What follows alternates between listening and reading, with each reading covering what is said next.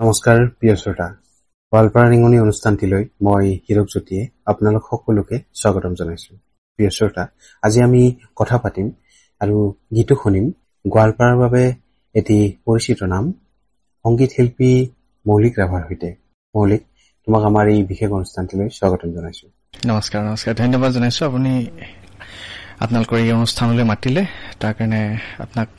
Specially মোৰ ফালৰ পৰা ধন্যবাদ জ্ঞাপন কৰিছো আৰু এইখিনি যে সুযোগ দিলে আপুনি। হয়, নিশ্চয়। প্ৰথমে এই সংগীত যাত্ৰা ক'ৰ পৰা আৰম্ভ হ'ল, কেতিয়া কেনেকৈ মনলৈ আহিল, সেই কথাবিলাক জানিব বিচাৰিম। প্ৰথমে মই শৈশৱৰ কথালৈ যাব লাগিব। শৈশৱত মই স্কুল যেতিয়া মই গৈছিলো, স্কুলত যোৱা সময়ত মই খুব গান গাইছিলো তেতিয়া। আৰু গান গাই কিছুমান ৰেডিঅ'ত যে বাজিলে গান, তেতিয়া শ্বিলং হেৰি আছিলে ষ্টেচন আৰু গুৱাহাটী, আকাশবাণী গুৱাহাটী, সেই ৰেডিঅ'ৰ পৰা শুনি শুনি মই গান গাইছিলো তেতিয়া। আৰু কিছু ভুলো হৈছিল বাৰু। এতিয়া কিছুমান সেই ৰেডিঅ'ৰ পৰা শুনাহে, ৰেডিঅ'ৰ পৰা শুনি শুনি গান যিটো আয়ত্ব কৰো, এইবিলাক গান মই স্কুলত খুব গাইছিলো আৰু ছাৰ বাইদেউসকলে খুব ভাল পাইছিলে তেতিয়া। আৰু সি ভাল পোৱাৰ পৰাই মোৰ তেওঁলোকে প্ৰেৰণা দিছিলে আৰু বিভিন্ন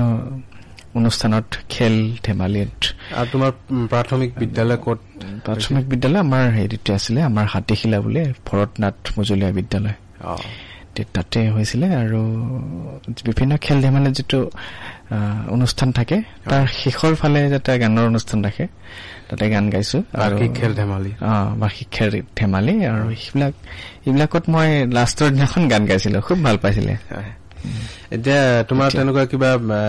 গান তেনেকুৱা মনত আছে নেকি সেই সময়ত? সেই সময়ত গোৱা আছিলে, অলপমান গুণগুণাই দিবা। অলপমান ৰূপেও জুখি চাব নোৱাৰি, এয়া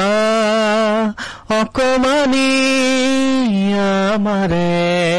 পৃথিৱীৰ, এনেকুৱা ধৰণৰ গান গাইছিলো। আৰু মায়া পাখি আৰু জুবিন গাৰ্গৰ ৰেডিঅ' চেণ্টাৰত শ্বিলঙত যিটো বাজিছিলে,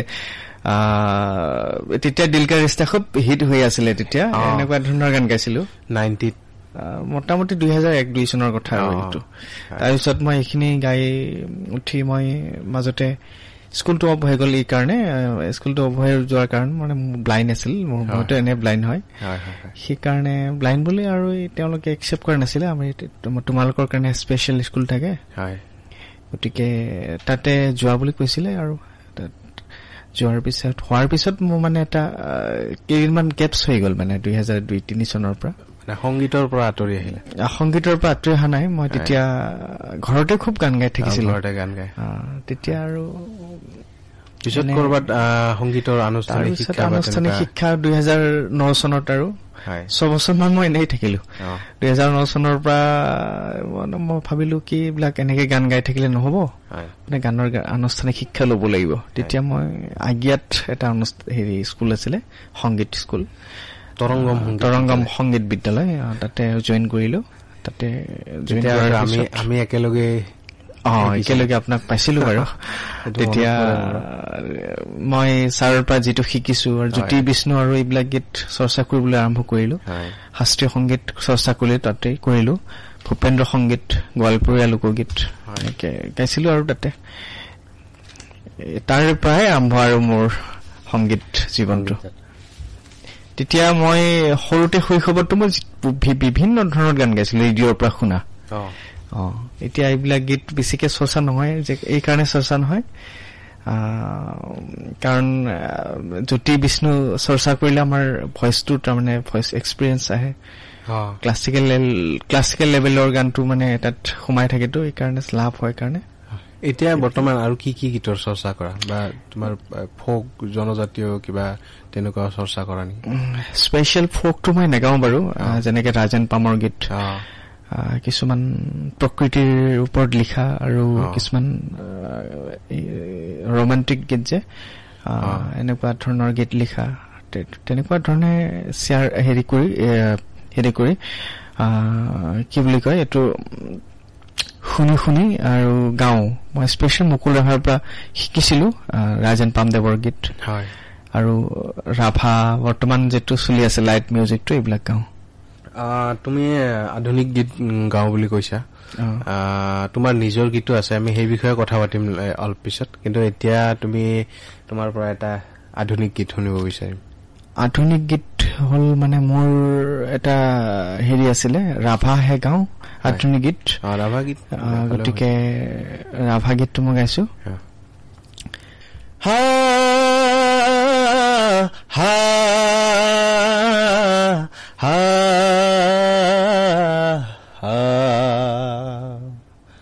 Hacucu bayang borong nete tongbai Jika jhorai nango nunga tamun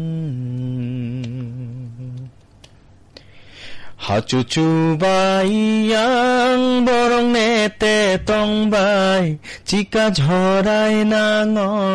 nunga tamun Ukathangi teban munikia rong mane name chikaru itamun Ukathangi teban munikita rong mane name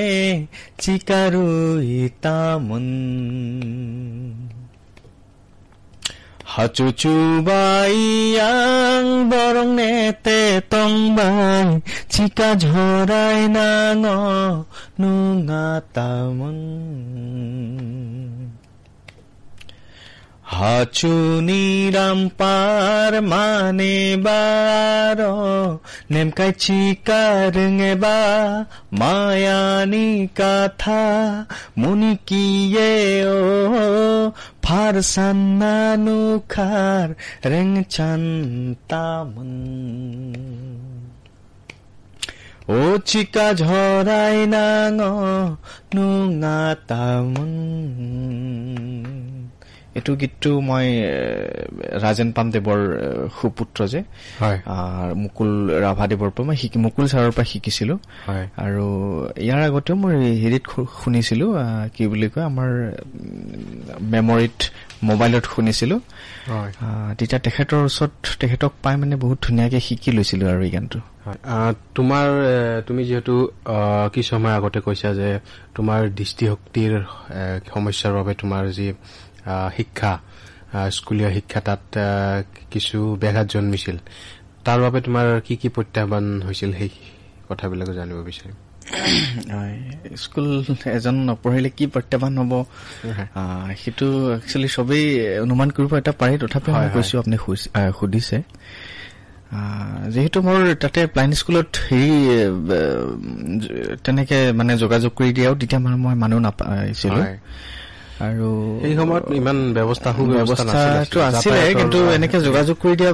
মানুহ মোৰ নাছিলে তেনেকে সেইকাৰণে তাতে ৰৈ গলো তাৰপিছত মই ভাবিলো প্ৰত্যাহ্বান মানে ব্ৰেইল পদ্ধতিত হয় ব্লাইণ্ড স্কুলত সেইটো শিক্ষা ললে চাগে বহুত সুবিধা হলহেঁতেন এতিয়া মই গানৰ মাজতে আবদ্ধ থাকিবলগীয়া হল তাৰ কাৰণে প্ৰত্যাহ্বানটো আহে মোটামুটি ধৰক আপোনাৰ কিছুমান গীত ব্ৰেইল সিস্টেমতো লিখিব পাৰিতো হিবিলাক মই শুনি কৰিব লাগে ব্ৰেইল সিস্টেমত লিখিব নোৱাৰে তাতে এইবিলাক প্ৰত্যাহ্বানটো হয় বাৰু অলপ মানে তথাপিও চলাই নিব লাগে আৰু পাই নাই আৰু তুমিতো সকলো গীত মানে চাইতো নগোৱা তুমি মনত ৰাখি পেলাইহে প্ৰেক্টিচ কৰি এইবিলাক গীতটো গোৱা হয় আৰু লিৰিক্স বিলাক মনত ৰাখিবলগীয়া হয় এইকাৰণে সেইটোৱে প্ৰত্যাহ্বানটো আৰু ধৰক এতিয়া চাকৰিৰ ক্ষেত্ৰত যদি আপোনাৰ হেৰি হয় গানৰ সাংস্কৃতিক ডিপাৰ্টমেন্টতো কিবা এটা চাকৰি ওলাই এইবিলাক গানতো মানে জেনেৰেল শিক্ষাটো লাগে এই শিক্ষাটো নথকাৰ কাৰণে আচলতে হেৰি নহল আৰু চাকৰি ঠাকুৰি এতিয়ালৈকে দিব পৰা চৰকাৰে কিবা এটা দিব পৰা কথাও ভাবা নাই এতিয়ালৈকে হয় আমি যিমান দূৰ জানো যে তুমি গীতৰ কৰ্মশালা পাতা তাৰপিছত তোমাৰ শিকোৱাও গীত গতিকে সেইবিলাকৰ বিষয়ে জানিব বিচাৰো সেইবিলাক মই 2022 চনত মই ছচাইটি এটা খুলিছিলো আৰু কৰ্মশালাটো মই তেতিয়া 2023 চনৰ পৰা আৰম্ভ কৰিছিলো আজ্ঞা মহাবিদ্যালয়ত আৰু সেই কৰ্মশালাটো মই ৰাজেন পামদেৱ আৰু বিষ্ণু প্ৰসাদ ৰাভা কলাগুৰু আৰু ইয়াৰ আছিলে আৰু প্ৰশ্নপাম দেৱৰ গীতৰ ওপৰত কৰ্মশালা কৰিছিলোঁ 23 চনত এইটোৰ ওপৰত ৱৰ্কশ্বপ কৰি পেলাই মই আকৌ দ্বিতীয়বাৰৰ কাৰণে 2024 চনত মই জ্যোতি প্ৰসাদ আগৰৱালাদেৱ কলাগুৰু বিষ্ণু প্ৰসাদ ৰাভাদেৱৰ আৰু ৰাজেন পাম দেৱৰ মানে হেৰি কৰিছিলোঁ মানে ৰাভা বৰেণ্য শিল্পীসকলৰ গীতৰ ওপৰত কৰ্মশালা কৰিছিলোঁ ইয়াৰ আগতেও মই এইটো তোমাৰ চলি আছে এতিয়া চলাই আছো আৰু প্ৰতি দেওবাৰে মোৰ ক্লাছ হৈ থাকে আৰু বিষ্ণু সংগীত জ্যোতি সংগীত আৰু কিছুমান বচা হেৰি আছে ৰাভাসকলৰ গীতেই হওক তাৰ ৰাভাৰ মানে বৰেণ্য শিল্পী গীতেই হওক আৰু এনেকে থলুৱা গীতৰ মানে ওপৰত মানে হেৰিটো দি থাকো আৰু প্ৰশিক্ষণটো দি থাকো যেনেকে জ্যোতি সংগীত বিষ্ণু সংগীত পাৰ্বতী প্ৰসাদ বৰুৱাৰ লক্ষ্মীনাথ বেজবৰুৱাৰ আৰু ৰাভা বৰেণ্য শিল্পীসকলৰ গীত আৰু শাস্ত্ৰীয় সংগীত এনেকে শাস্ত্ৰীয় সংগীত গোৱাৰ কাৰণে যিটো হেৰি লাগে অলংকাৰ সাৰেগা ৰেগামা গামাপা মাপা ধাপা ধাৰি ধানিছা সাৰেগামাটো শিকাই থাকো আৰু যিখিনি মানে সংগীত শিল্পী হোৱাৰ কাৰণে মই যিখিনি গুণগত শিক্ষা লাগে আৰু সেইখিনি মই দিব চেষ্টা কৰি আছো আৰু দি যাম নিয়মিতভাৱে ক'ত শিকাই আছা এতিয়া নিয়মিতভাৱে মই মালাধাৰত শিকাই আছো শংকৰদেৱ শিশু নিকেতন আৰু য'ত টিউচন কৰি থাকো আজ্ঞা হওক আৰু যিকোনো ঘৰত গৈ ষ্টুডেণ্টক মই টিউচন দি থাকো আৰু শিক্ষা দি থাকো তোমাৰ যেহেতু ৰাভা সংগীত জ্যোতি বিষ্ণু সংগীত তুমি মানে জ্যোতি বিষ্ণু সংগীতৰ চৰ্চা কৰা বুলি কৈছা গতিকে তোমাৰ পৰা জ্যোতি সংগীত নহলে বিষ্ণু সংগীত এটি শুনিব বিচাৰিম ঠিক আছে মই জ্যোতি সংগীত এটা গাইছো জাগা নক্ষত্ৰৰ প্ৰভাতে প্ৰভাতে হাহা সকলো সন্ধিয়াৰে জাগা নক্ষত্ৰৰ প্ৰভাতে প্ৰভাতে হাহা সকলো সন্ধিয়াৰে জাগা ভুৱনে ভুৱনে বিয়পি তোমাৰ হাঁহিয়ে কোটি জগতৰ আকাশ কৰিছে ময়াপি ভুৱনে ভুৱনে বিয়পি তোমাৰ হাঁহিয়ে কোটি জগতৰ আকাশ কৰিছে ময়াপি জাগা নক্ষত্ৰৰ প্ৰভাতে প্ৰভাতে হাহা সকলো সন্ধিয়াৰে জাগা তোমাৰ চৰৰ লহৰে অনন্ত বিচাৰি তোমাতেই অন্ত পাই তোমাৰ কণ্ঠেৰে কণ্ঠতি কোনে মতা নাই তোমাৰ কণ্ঠেৰে কণ্ঠতি কোনে মতা নাই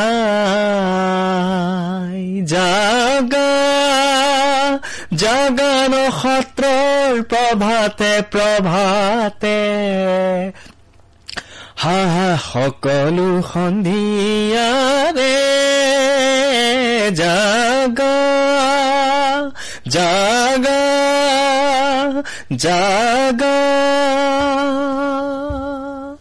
নমস্কাৰ সুন্দৰ তুমি যেহেতু গীত শিকাও বুলি কৈছা যে তুমি টিউচনো কৰা তুমি বিদ্যালয়তো সংগীত শিকোৱা এতিয়া তুমি যেতিয়া নিজে শিকিছিলা তেতিয়াৰ সময়ত সংগীতৰ প্ৰতি যি আগ্ৰহ আৰু এতিয়া তুমি নিজে শিকাই আছা এতিয়া তোমাৰ যিসকল ছাত্ৰ ছাত্ৰী এতিয়া সংগীতৰ প্ৰতি বা কেনে ধৰণৰ সংগীতৰ প্ৰতি তেওঁলোকৰ ৰুচিটো বেছি সেই বিষয়ে তোমাৰ পৰা জানিব বিচাৰিম বৰ্তমানটো আমাৰ ল'ৰা ছোৱালীৰ ওপৰত পিছে সস্তীয়া ভাৱে মানে যিবিলাক মঞ্চত গীত গায় হয় যেনেকে আপোনাৰ নতুন নতুন যিবিলাক গীত হৈ আছে সেইবিলাক গীতৰ ওপৰত বেছিকে ধাউতি দেখা পাওঁ আৰু আচলতে আমাৰ সংগীত শিল্পী হোৱাৰ কাৰণে যিখিনি গুণগত শিক্ষা লাগে এইবিলাক শিক্ষাটো লোৱা উচিত যেনেকে জ্যোতি সংগীত বিষ্ণু সংগীত লক্ষ্মীনাথ বেজবৰুৱাৰ গীত পাৰ্বতী প্ৰসাদ বৰুৱা এইবিলাক গীতৰ ওপৰত বেছি চৰ্চা কৰিলে আমাৰ বেছি সুবিধা হয় এই কাৰণে মানে যিবিলাক গীতৰ প্ৰতি তেওঁলোকৰ আগ্ৰহ অলপমান কমি আছে আমি হেৰি কৰিবৰ কাৰণে চেষ্টা কৰি আছো তেওঁলোকৰ মাজত কেনেকে লৈ যাব পাৰো ইয়াৰ কাৰণে আমি চেষ্টা কৰি আছো আৰু শাস্ত্ৰীয় সংগীতটো শিক্ষাৰ ওপৰত বেছিকে অলপমান গুৰুত্ব দিলে মানে আমাৰ ভইচটোৰ যিটো কোৱালিটি আৰু সেই কোৱালিটিখিনি আমি শাস্ত্ৰীয় সংগীতৰ জৰিয়তেহে পাওঁ মানে গতিকে শাস্ত্ৰীয় সংগীত শিক্ষাটো আমি মষ্ট বাধ্যতামূলক শিকিব লাগে মানে শাস্ত্ৰীয় সংগীত শিক্ষা ললেহে আমি সংগীতৰ যিটো গুণগত মান শিক্ষা গুণ সেইবিলাক আমি আহৰণ কৰিব পাৰো আৰু ভইচ কোৱালিটিটো উঠাব পাৰো ভইচ কোৱালিটিটো উঠাবৰ কাৰণে আমি শাস্ত্ৰীয় সংগীত শিক্ষাটো ল'বই লাগিব আৰু প্ৰেক্টিচ কৰিব লাগে নিয়মীয়াকে যদি ৰাতিপুৱা সোনকালে উঠে যদি 2 ঘণ্টামান প্ৰেক্টিচ কৰে তেতিয়া প্ৰতিদিনে তেতিয়াহ'লে ভইচ লেভেলটো বহুত হাই লেভেলত উঠি যায় আৰু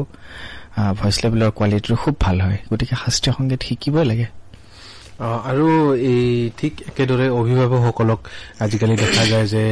কোন ল'ৰা ছোৱালীক তেওঁলোকে 2 দিনমান শিকিলে তাৰ পিছতে তেওঁলোক মঞ্চত গীত গাব লাগে ল'ৰা ছোৱালীয়ে বা এনেকুৱা ধৰণৰ দেখা যায় সেই ক্ষেত্ৰত তোমাৰ অভিজ্ঞতা কেনেকুৱা সেই ক্ষেত্ৰত মঞ্চত আমি নিশ্চয় গাবই লাগিব মানে আমাৰ প্ৰতিভা আছে যেতিয়া প্ৰতিভাটো আমি দেখুৱাব লাগিব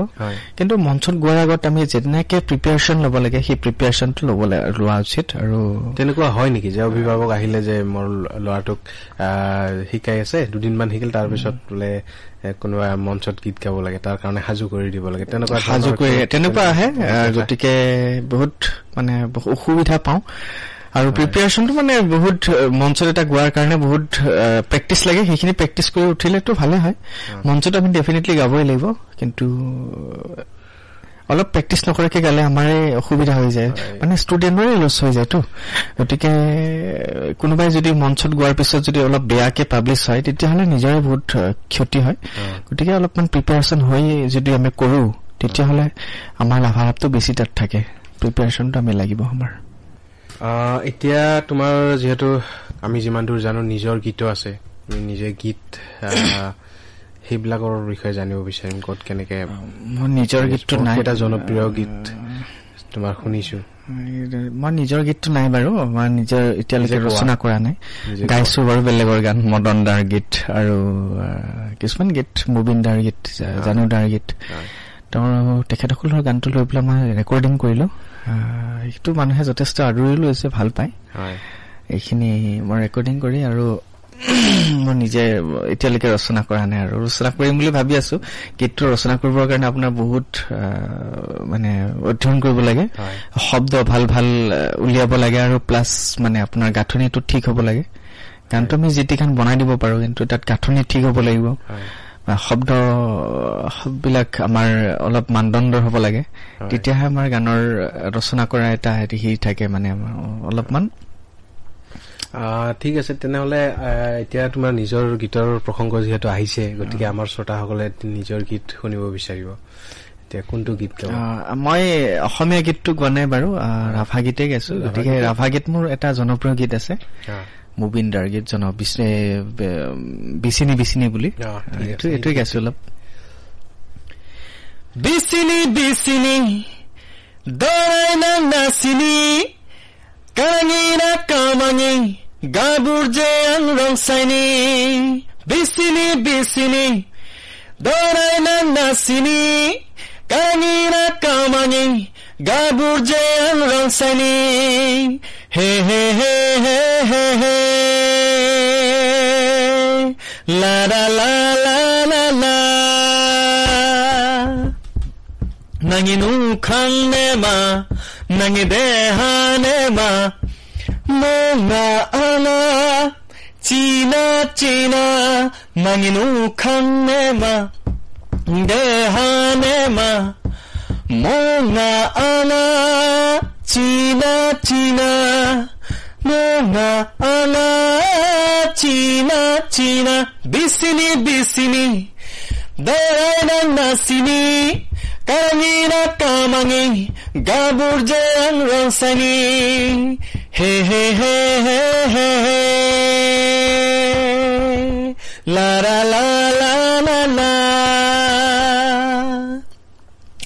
rongsai jora bai nanga dodan hachuba nanon sama posuaba sathatupa Posuaba sathatupa Hurse nang chisake ni minnema nang chisake ni minnema bisini darai nang nasini karangira kamangi gabur jeng rongsani এনেকুৱা আছিলে খুব সুন্দৰ গীতটিৰ আৰু গীতটিৰ কথাখিনিও খুব সুন্দৰ আৰু তাত আমাৰ স্থানীয় কিছুমান ঠাইৰ নাম নদী বা তেনেকুৱা ধৰণৰ কিবা শুনিব পোৱা গৈছে এইটো অসমীয়াৰ আচলতে লিৰিক্সটো কি অলপমান আমাৰ শ্ৰোতাসকলে জানিব বিচাৰে মানে এইটো কৰ হয় তুমি কৰ হয় গানটোত এনেকুৱা আছে ছোৱালীজনীক বুজোৱা হৈছে তুমি কৰ হয় মই নিজৰ কথা কলো আৰু মই ৰংচাৰ তুমি উজনিৰ নে নামনিৰ এনেকুৱা কথা বুজাইছে আৰু তোমাৰ দেহাটো খুব ভাল তোমাৰ মুখ ভাল আৰু তোমাৰ দেখিবলৈ ধুনীয়া আৰু তোমাৰ কাৰণে সেই আমাৰ যে দদান মন্দিৰ যে আছে সেই দদান মন্দিৰো তোমাৰ কাৰণে বলিয়া হৈ থাকে তাৰপিছত এই যে আমাৰ ৰংচাই ঝৰা বুলি এটা নদী আছে আমাৰ ঝৰা এটা নিজৰি হয় আৰু সেইটো নিজৰিও তোমাক বহুত মানে তোমাৰ ওপৰত বহুত বলিয়া হৈ থাকে হয় আৰু এই যে আমাৰ পচুৱা থাকে এই পচুৱাও তোমাৰ চাই পেলাই নাচে এনেকুৱা ধৰণৰ লিখিছে আৰু মুবিন্দা প্ৰকৃতি এইটো মুবিন্দাৰ গীত আছিলে গতিকে শ্ৰোতা দৰ্শকে আদৰি লৈছে ভাল লাগিছে আৰু কিমান চনত এইটো গীত বাণীবদ্ধ কৰা হৈছিল এইটো 2019 চনত আছিলে মই আৰু সিদ্ধাৰ্থই কৰিছিলো একেলগে মিলাই ৰেকৰ্ডিং শেখৰদাৰ হেৰিত কৰিছিলো ষ্টুডিঅ'ত গুৱাহাটীত শেখৰ গোস্বামী বোলে এতিয়ালৈকে কিমানটামান নিজৰ গীত মানে নিজে গোৱা গীত মোটামুটি কেইটামান হ'ল 10টামান হ'ল নেকি এতিয়া কৰিম বুলি ভাবিহে আছো আৰু মই মিউজিক ভিডিঅ' বনোৱা হয় মিউজিক ভিডিঅ' কৰিছিলো আৰু অডিঅ' খিনিহে মোৰ কিছুমান গীতৰ হেৰি কৰিবলগীয়া হ'ল আৰ্থিকৰ কিছু সমস্যাৰ কাৰণে ৰাভা হাছং সাহিত্য সাহিত্যৰ হেৰিৰ পৰা টংকেশ্বৰ ৰাভাই হেৰি দিছিলে ছাৰে গান 3টা বনাবৰ কাৰণে এটা সুযোগ দিছিলে 3টা ৰেকৰ্ডিং কৰিলো আৰু এইবাৰ ভিডিঅ' কৰাৰ কাৰণে এটা সুবিধা দিছে আৰ্থিকভাৱে এটা হেৰি দিছে তাতে 3টা মান মিউজিক কৰিম আৰু হেৰি কৰি ভিডিঅ' কৰিম আৰু নৱেম্বৰ মাহত তুমি যেহেতু অনুষ্ঠান প্ৰতিষ্ঠানৰ কথা কৈছা গতিকে তোমাৰ এই যে সংগীতৰ যাত্ৰা তাত অনুষ্ঠান প্ৰতিষ্ঠানবিলাকে কেনেদৰে সহায় কৰিছে কি অনুষ্ঠান প্ৰতিষ্ঠানক তুমি তেনেকে পাইছা অনুষ্ঠান প্ৰতিষ্ঠানৰ পৰা মই তেনেকে বিশেষ এতিয়া পাইছো যদিও মনত পৰা নাই এতিয়ালৈকে বা আমি বাদ্যযন্ত্ৰ দিয়া দেখা পাওঁ তুমিতো বাদ্যযন্ত্ৰ বজোৱা বাদ্যযন্ত্ৰ ৰাভাছঙৰ পৰা এটা দিছিলে হাৰমনিয়াম দিছিলে গিটাৰ এখন দিছিলে তবলা এখন দিছিলে আৰু ঢোলকি এটা দিছিলে ট্ৰিপল এটা দিছিলে আৰু এইখিনি দিছিলে এতিয়া মনত পৰিছে এইটো দিছিলে ৰাভাছং সাহিত্য সাহিত্য পৰিষদৰ পৰাই তুমি যথেষ্টখিনি পাইছা পাইছো এটা ঘৰো পাইছো মোটামুটি যথেষ্ট তেওঁলোকে দিছেও সেইকাৰণে টংকেশ্বৰ ছাৰক মই ধন্যবাদ জনাব খুজিছো এই মুহূৰ্তত এই সুযোগতে ঘৰটো কিমান বছৰ আগতে পালা ঘৰটো মই 2019 চনত পাইছিলো তোমাৰ দৰকাৰী পৰ্যাপ্ত যিখিনি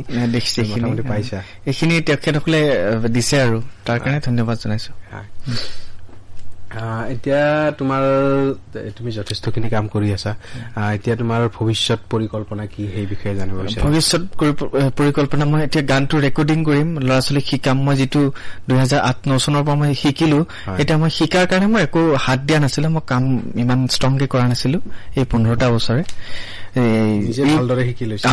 এই 15টা বছৰে মই যিটো প্ৰিপেয়াৰশ্যন মই ললো এতিয়া 2024-25 চনৰ পৰা মই ধুনীয়াকে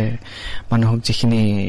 শিক্ষা দিব লাগে শিক্ষাও দি যাম আৰু মোৰ ভইচটো ৰেকৰ্ডিং কৰিম অসমীয়া গানৰ ৰেকৰ্ডিং মোৰ 2টা হৈছে বাৰু বেছি হোৱা নাই এতিয়া অসমীয়া গানৰ ৰেকৰ্ডিং কৰিম এতিয়া মই বহুত ষ্ট্ৰংকে লাগি যাম মানে বস্তুটো মই এইখিনি সময়ত 15টা বছৰ মই প্ৰেক্টিচ কৰি বেছি ষ্ট্ৰংকে মানে হেৰি কৰা নাছিলো মানে আগবঢ়া নাছিলো, কাৰণ যিহেতু মানুহৰ শিক্ষাও লাগে, শিক্ষাটো ভালকে লৈ লোৱা উচিত। মঞ্চটো আমি কৰিবই লাগিব, মঞ্চত গীত পৰিৱেশন কৰিব লাগিব, তাৰ আগত বহুত প্ৰিপেয়াৰেশ্যন লোৱাটো দৰকাৰ, আৰু যদি সেই প্ৰিপেয়াৰেশ্যন নলয় তেতিয়াহ'লে আমাৰ নিজৰে ক্ষতি হয়, আৰু তাকে মই ক'ব খোজো। আৰু তুমি মঞ্চত গীত পৰিৱেশন কৰা নেকি, সেই বিষয়ে আচলতে সোধা হোৱা নাই। মঞ্চত গীত পৰিৱেশন কৰো, কোনোবাই যদি মাতে মই যাওঁ তেতিয়া। আৰু এটা 2009 চনৰ পৰা মই খুব কম্পিটিশ্যন কৰিছিলো, জ্যোতি বিষ্ণু সংগীতৰ, ভূপেন্দ্ৰ সংগীত, শাস্ত্ৰীয় সংগীতৰ মই কৰিছো। গতিকে মঞ্চত পৰিৱেশন কৰাৰ আগত মই বহুত প্ৰিপেয়াৰেশ্যন কৰো, প্ৰেক্টিচ কৰাৰ পিছতহে মই বহুত 100-200 বাৰ মান প্ৰেক্টিচ কৰিহে মই মঞ্চত উঠো। গতিকে পৰিৱেশন কৰো নিশ্চয়। এতিয়া আমাৰ অসমৰ শিল্পীসকলে বেছিভাগ ধৰি লওক বিহু মঞ্চৰ ফালে চাই, বিহু মঞ্চত গীত পৰিৱেশন কৰে বা তেনেকুৱা ধৰণৰ এটা হেৰি আছে। তুমি বিহু মঞ্চৰ গীত গাবলৈ গৈছা নেকি? তেনেকুৱা ধৰণৰ বিহু মঞ্চৰ গীতটো মই কেতিয়াবা বিহুত যদি কেতিয়াবা মাতে, মোৰ নিজৰ চৰ্চা কৰা বা মোৰ নিজৰ ভইচত ওলোৱা গীতহে গাওঁ। আৰু বিহু মঞ্চত মই এতিয়ালৈকে প্ৰিপেয়াৰটো লোৱা নাই, এইকাৰণে যাৰ যিটো লাইন বুলি কয় যে মানুহৰ প্ৰতিভা অনুযায়ী গীতটো ল'ব লাগে আৰু আগবাঢ়িব লাগে। সেইটো বিহু মঞ্চৰ গীত গোৱাৰ প্ৰতিভা মোৰ আছে নাই মই নাজানো, আৰু কিন্তু মই ভালটো ইমান নালাগে, আৰু মোৰ বিহু গোৱাৰ ইমান হেৰি নাই। ভগৱানে যিটো শক্তি দিয়ে সেই শক্তিটো মোৰ নাই বুলি মই হেৰি কৰো। আৰু নহয়, তোমাৰ আচলতে বিশেষ শক্তি এটা আছে, শাস্ত্ৰীয় সংগীত নাই নহয়। শাস্ত্ৰীয় সংগীত শিক্ষাটো মই লৈছো, শাস্ত্ৰীয় সংগীতৰ ওপৰতহে বিশেষ শক্তি আছে বুলি মই মানে হেৰি কৰো আৰু ভাবো। গতিকে শাস্ত্ৰীয় সংগীতৰ শিক্ষা জ্যোতি বিষ্ণু, লক্ষ্মীনাথ বেজবৰুৱা তেখেতসকলৰ গীতে গাই মানে বেছি ভাল পাওঁ। আৰু তোমাৰ যিহেতু শাস্ত্ৰীয় সংগীতত বিশেষ দখল আছে, গতিকে শাস্ত্ৰীয় সংগীতৰ তেনেকুৱা ধৰণৰ এটা গীত শুনিব বিচাৰিম।